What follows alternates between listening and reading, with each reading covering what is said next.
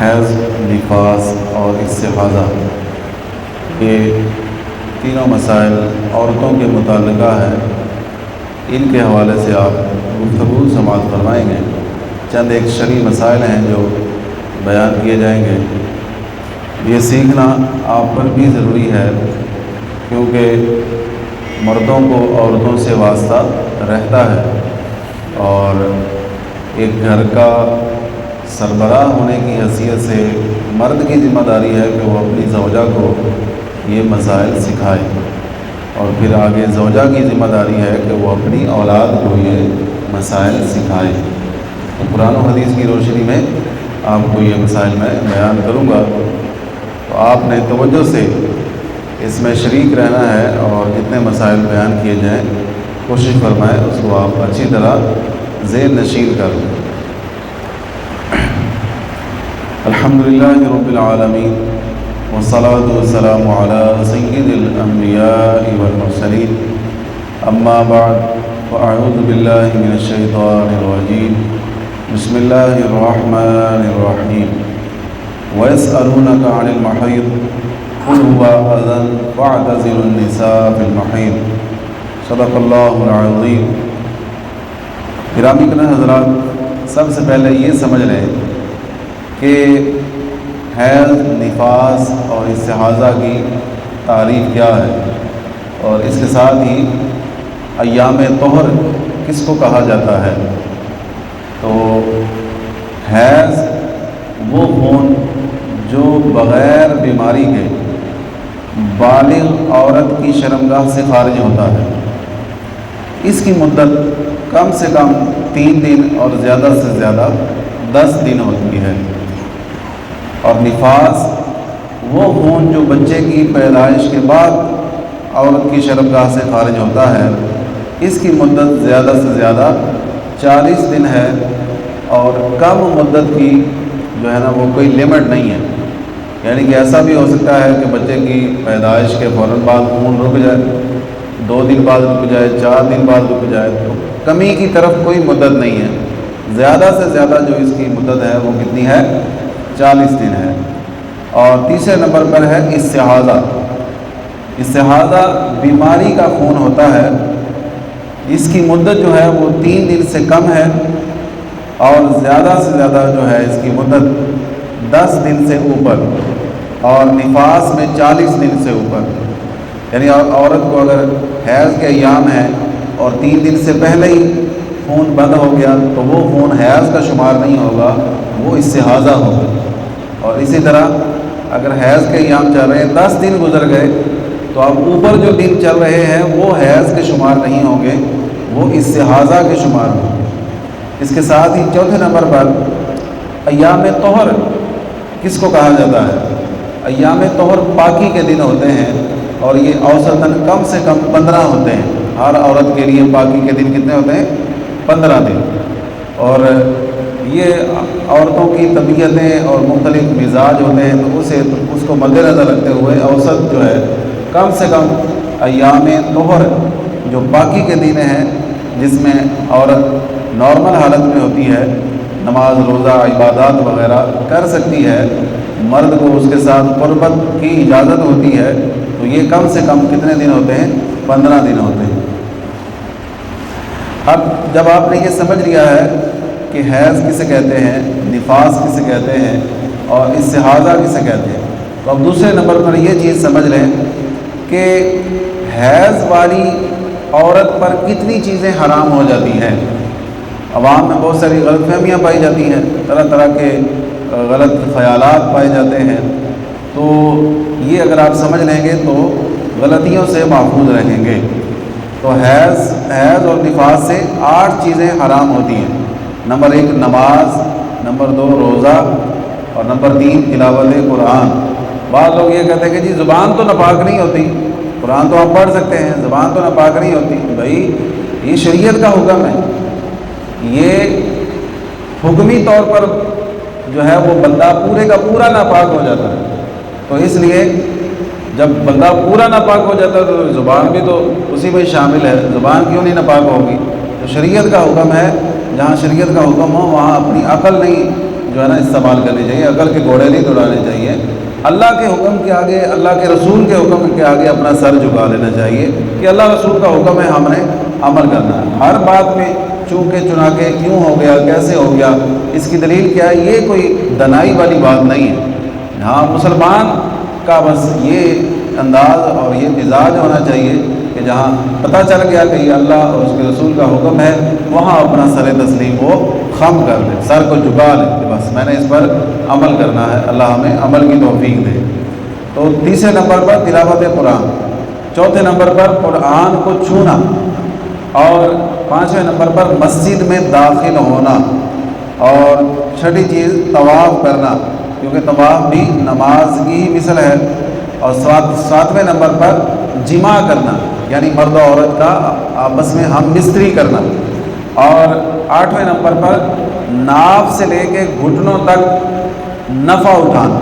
یہ آپ احباب کے لیے مردوں کو اس میں خاص طور پر توجہ کی ضرورت ہے کہ جب عورت جو ہے نا وہ ناپاکی کے دنوں میں ہو، حیض کے دن چل رہے ہوں یا نفاس کے دن چل رہے ہوں، تو ناف سے لے کر گھٹنوں تک کا جو حصہ ہے عورت کا، اس سے لذت حاصل کرنا، شہوت کے طور پر لذت حاصل کرنا، یہ حرام ہے۔ لوگ اس میں احتیاط نہیں کرتے، اور معاذ اللہ جو ہے حیض کے دنوں میں، نفاس کے دنوں میں عورت سے لذت اٹھاتے ہیں، حالانکہ یہ قرآن و حدیث میں اس کو منع کیا گیا ہے، یہ واضح طور پر یہ چیز حرام کر دی گئی ہے۔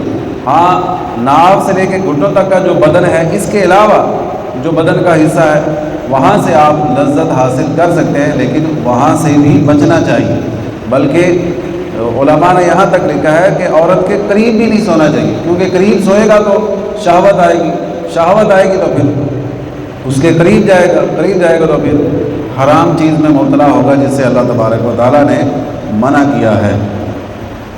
اب یہاں پر ایک اور بھی مسئلہ قابل توجہ ہے، وہ یہ ہے کہ اگر عورت کے حیض کے اکثر دن گزر گئے، مثلا 10 دن حیض کے ہیں، 9 دن گزر گئے، تو اب خون بھی بند ہو چکا ہے، تو کیا مرد کا عورت کے ساتھ ہم بستری کرنا جائز ہوگا؟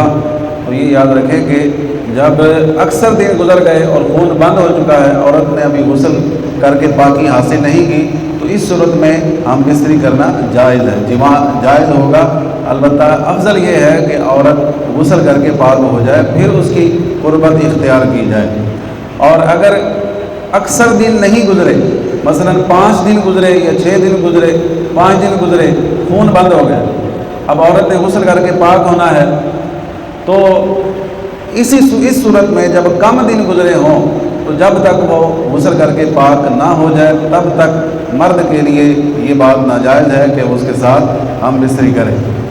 اور یہاں پر یہ بات بھی ذہن میں رکھیں کہ جو کم سے کم دن ہیں حیض کے، وہ 3 دن ہیں، اور زیادہ سے زیادہ 10 دن ہیں، تو یہ مدتیں ہمارے ذہن میں ہونی چاہیے کہ کم سے کم کتنے دن ہیں اور زیادہ سے زیادہ کتنے دن۔ اس طرح نفاس کا میں نے آپ کو بتایا کہ نفاس کے زیادہ سے زیادہ کتنے دن ہیں؟ 40۔ نفاس کون سا خون ہوتا ہے؟ جو بچے کی ولادت کے بعد جو ہے وہ نکلتا ہے، اور اس کی کم سے کم مدت کوئی نہیں ہے، 1 دن کے بعد بھی بند ہو سکتا ہے، 1 لمحے کے بعد بھی بند ہو سکتا ہے، 4 دن 5 دن، لیکن یہ ہے کہ جب خون آنا بند ہو گیا، یہ بات ذہن میں رکھیں، جب عورت کو خون آنا بند ہو گیا تو اس پر لازم ہے کہ وہ فوراً غسل کر کے پاکی حاصل کرے اور عبادات کا اہتمام کرے، جو فرض نمازیں ہیں اس کی ادائیگی کا وہ آغاز کر دے۔ اس کے ساتھ ہی ایک مسئلہ مردوں کے حوالے سے یا عورتوں کے حوالے سے یہ بھی سمجھ لیں کہ اگر مرد یا عورت پر خود بخود غسل فرض ہو جائے، یا انہوں نے ہم بستری کی، اس صورت میں ان پر غسل فرض ہوا، یا کسی بھی طرح غسل فرض ہو گیا، اب یہ جو غسل فرض ہونے کی کیفیت ہے، اس کو کہا جاتا ہے حالت جنابت۔ کیا کہا جاتا ہے؟ اور بھائی جاگتے ہو، کوئی ہوں ہاں تو کریا کرو، بھی پتہ تو لگے کوئی جاگتے ہیں نا، پتہ گفتگو کر رہا ہے یا سارے ستے پہ ہے۔ اس حالت کو کیا کہا جاتا ہے؟ حالت، یہ علم دین ہے بھائی جان، یہ کوئی میں اپنی آپ کو داستانیں نہیں سنا رہا، اس کا حاصل کرنا ہم پر فرض ہے، اور اس کے نہ ہونے کی وجہ سے لوگ کتنی ساری غلط کاریوں میں پڑ جاتے ہیں، گناہوں میں مبتلا ہو جاتے ہیں۔ تو اس کے میں آخر میں آپ کو قرآن پاک کی آیت بھی سناؤں گا کہ قرآن کریم میں اللہ تبارک و تعالیٰ نے یہ مسائل بیان فرمائے، جو کہ میں نے شروع میں آیت کریمہ پڑھی ہے، اس کی وضاحت میں آخر میں کرتا ہوں۔ تو غسل فرض ہونے کی حالت کو کیا کہا جاتا ہے؟ حالت جنابت۔ تو اب ہمیں یہ بھی پتہ ہونا چاہیے کہ حالت جنابت میں ہم پر کون سی چیزیں حرام ہو جاتی ہیں۔ تو حالت جنابت میں نماز، تلاوت قرآن پاک کو چھونا، مسجد میں داخل ہونا، طواف کرنا، یہ پانچوں چیزیں مرد و عورت پر حرام ہو جاتی ہیں جب ان پر غسل کرنا فرض ہو۔ اور اگر بندہ بے وضو ہو تو پھر کتنی چیزیں حرام ہوتی ہیں؟ تو بے وضو حالت کو حالت حدث کہا جاتا ہے۔ کیا کہا جاتا ہے؟ حالت حدث کہا جاتا ہے۔ اس میں تین چیزیں حرام ہوتی ہیں: نماز، قرآن پاک کو چھونا اور طواف کرنا۔ وضو جب نہ ہو، غسل فرض نہ ہو بلکہ وضو نہ ہو، تو اس حالت میں تین چیزیں بندے پر حرام ہو جاتی ہیں: نماز، قرآن کو چھونا اور تیسرے نمبر پر طواف۔ یہاں پر ایک چیز جو ہے شروع میں نے ذکر کی، استحاضہ، یعنی جو بیماری کا خون عورت کو آتا ہے۔ ہاں یہ بھی یاد رکھیں کہ اور یہ تینوں قسم کے جو خون ہیں، حیض ہے، نفاس ہے، استحاضہ ہے، یہ عورت کی شرمگاہ سے خارج ہوتا ہے۔ اس کے علاوہ اگر کسی مقام سے خون خارج ہوگا تو اس کا یہ حکم نہیں ہوگا، نہ ہی اس کو حیض، نفاس یا استحاضہ کہا جائے گا۔ تو استحاضہ کی حالت میں کیا عورت پر عبادات وغیرہ حرام ہوں گی، یا مرد کا عورت کے ساتھ ہم بستری کرنا ناجائز ہوگا؟ تو اس کا حکم شرعی یہ ہے کہ استحاضہ کی حالت میں نماز، روزہ منع نہیں ہے۔ یہ ایسا ہی ہے جیسے بندے کی نکسیر ٹوٹ جاتی ہے تو وہ اس سے فارغ ہونے کے بعد کیا ہوتا ہے؟ وضو ٹوٹتا ہے اس کا، اور بعد میں وضو کر کے وہ دوبارہ پھر اپنا نماز روزہ کر سکتا ہے۔ تو حالت استحاضہ بھی ایسی ہے کہ اس سے نماز روزہ منع نہیں ہوتا۔ یہ سارے مسائل کہ جو عورتوں کی ناپاکی کے ایام ہیں، ان کا ذکر اللہ تبارک و تعالیٰ نے قرآن پاک میں فرمایا ہے۔ سورہ بقرہ کی آیت نمبر 222 میں اللہ تبارک و تعالیٰ کا ارشاد ہے، فرمایا وَيَسْأَلُونَكَ عَنِ الْمَحِيضِ۔ اللہ تعالیٰ اپنے محبوب سے ارشاد فرماتا ہے کہ محبوب وہ تم سے حیض کے بارے میں پوچھتے ہیں، قُلْ هُوَ أَذًى، تم فرماؤ وہ تو ناپاکی ہے۔ حیض کیا ہے؟ ناپاکی۔ جب ناپاکی ہے تو پھر زبان اس میں کیسے پاک ہو گئی؟ ہے نا، قرآن کیا کہہ رہا ہے؟ قُلْ هُوَ أَذًى، وہ کیا ہے؟ ناپاکی۔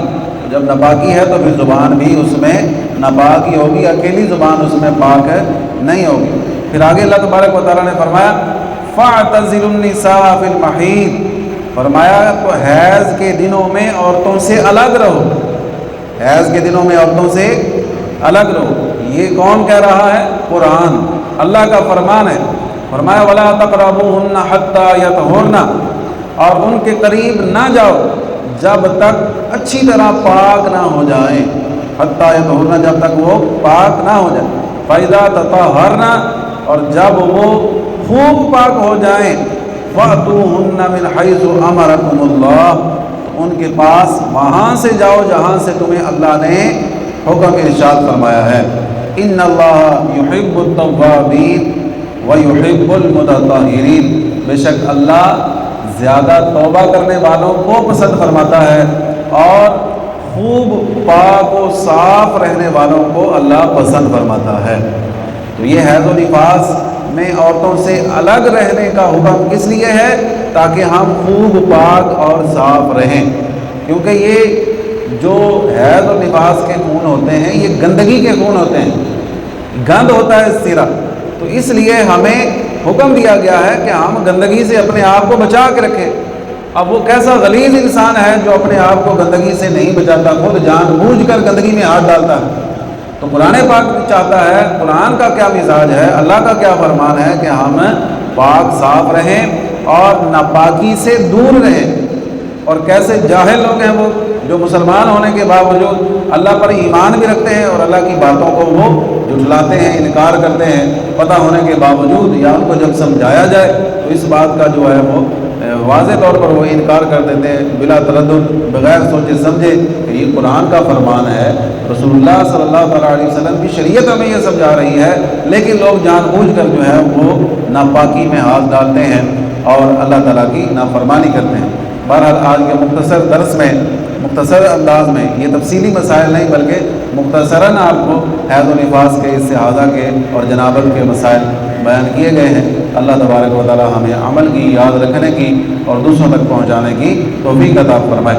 آپ میں سے جو شادی شدہ افراد ہیں اور ان کی اولاد ہے، ان کو چاہیے، بلکہ ان کا یہ حق ہے کہ وہ اپنی اولاد کی اس انداز میں تربیت کریں، لڑکوں کی خود تربیت کریں اور بچیوں کی ان کی والدہ کے ذریعے تربیت کریں، تاکہ ان شرعی مسائل کا علم ان تک پہنچ جائے اور وہ ان معاملات میں شرعی غلطیوں سے محفوظ رہیں۔ وآخر دعوانا ان الحمد للہ رب العالمین۔ الصلاۃ والسلام